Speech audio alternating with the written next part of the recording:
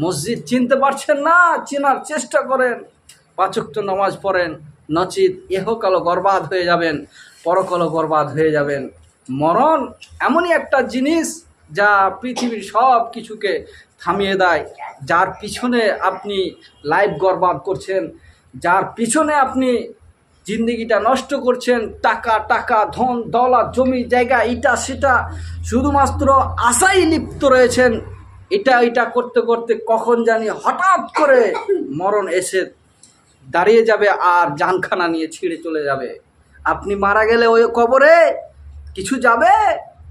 কিচ্ছু যাবে না চাচা, ওই অন্ধকার কবরে কিচ্ছু যাবে না। যার জন্য আপনি এই দুনিয়াতে এত টাকা এত জমি জায়গা এটা সেটা কামাচ্ছেন, যার জন্য এই জিন্দেগিটা নষ্ট করছেন, সেগুলো আপনার ওই কবরে কাজ দিবে না, সেগুলো আপনার হাসরে কাজ দিবে না। টাকা পয়সা ধন দৌলত জমি জায়গা আত্মীয় স্বজন কোনো কাজে আসবে না। কিয়ামতের দিন বিচারের মাঠে অন্ধকার কবরে আপনি দেখতেই তো পাচ্ছেন, চোখের সামনে মানুষটা মারা গেল, তো ওই কবরে রেখে দিয়ে চলে আসলো, আত্মীয় স্বজন পাড়া প্রতিবেশী মিলে অন্ধকার কবরে রেখে দিয়ে চলে আসলো। আপনি কি দেখতে পেলেন না যে ওই কবরে কেউ আত্মীয় স্বজন গেল, না জমি জায়গা গেল, না টাকা পয়সা গেল? কি গেল? কিচ্ছু গেল না। কার জন্য দুনিয়াতে আপনি এত রং তামাশায় লিপ্ত হয়ে আছেন? কার জন্য আপনি এত দুনিয়াতে ব্যস্ত হয়ে আছেন? অথচ আল্লাহ তাআলা শুধুমাত্র ইবাদতের জন্য দুনিয়াতে পাঠিয়েছেন, অথচ আল্লাহ তাআলা শুধুমাত্র আল্লাহর ইবাদত করার জন্য পাঠিয়েছেন, পরীক্ষায় এই দুনিয়াতে পরীক্ষার জন্য পাঠিয়েছেন। আর আপনি এমনিতেই জিন্দগিটা বরবাদ করছেন। অতএব ফিরে আসেন, এখনও সময় রয়েছে, ফিরে আসেন। আল্লাহ তাআলা বলেন, ওয়ালিকুল্লি উম্মাতিন আজালুন ফাইদা জা আজালুহুম লা ইস্তাখিরুনা সাআতাও ওয়া লা ইস্তাকদিমুন। ও চাচা, একটু আয়াতটা মনোযোগ দিয়ে শুনেন। মহান আল্লাহ তাআলা কি বলছেন? কতগুলো মানুষ আছে বলে না যে রাস্তায় অ্যাক্সিডেন্ট হয়ে মারা গেল, ইস সে লোকটা যদি ওই জায়গায় না যেত তাহলে তো মৃত্যুবরণ হতো না। মানুষ বলে না ওই যে সাপে কামড়ে নিয়েছে দিয়ে মারা গেল, বলে না যদি ওই জায়গায় যদি না যেত তাহলে কামড়াতো না। আসলে এই কথাগুলো ভুল। কারণ আল্লাহ তাআলা বলছেন, ওয়ালিকুল্লি উম্মাতিন আজালুন ফাইদা জা আজালুহুম লা ইস্তাখিরুনা সাআতাও ওয়া লা ইস্তাকদিমুন। মহান আল্লাহ তাআলা বলেন, পৃথিবীর সমস্ত মানুষের মরণের একটি সময় বেঁধে দেওয়া হয়েছে। পৃথিবীর সমস্ত মানুষের মরণের একটি টাইম বেঁধে দেওয়া হয়েছে।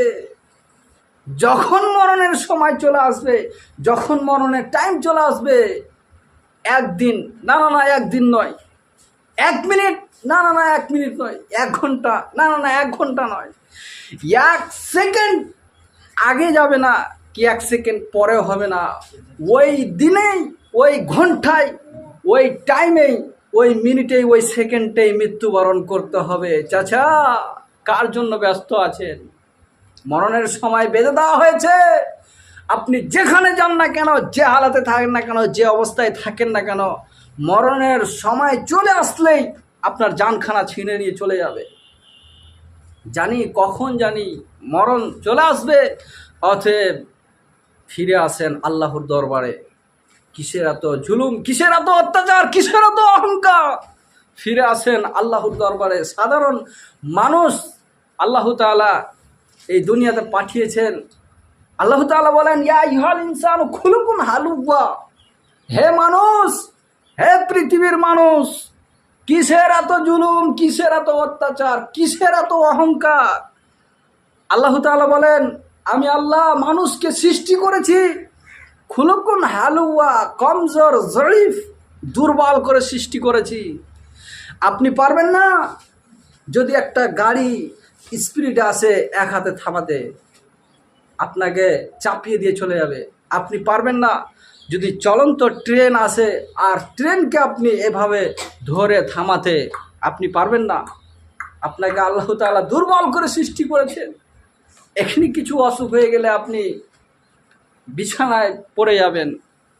আল্লাহ তাআলা সমস্ত মানুষকে দুর্বল করে সৃষ্টি করেছেন। অতএব মাটির মানুষ মাটির মতো চলেন। কিসের এত অহংকার, কিসের এত জুলুম? সব কিছু অন্ধকার কবরে শেষ হয়ে যাবে। যে শরীরের আপনি বড়াই করছেন, যে শরীরের আপনি গুমান করছেন, যে শরীরের আপনি তাকতের শক্তির অহংকার দেখাচ্ছেন, জুলুম করছেন, এই শরীর একদিন থাকবে না। ওই কবরে সব কিছু মাটির সাথে মিশে যাবে। কিসের অহংকার? অতএব ফিরে আসেন আল্লাহর দরবারে। আল্লাহ তাআলা ইবাদতের জন্য পাঠিয়েছেন।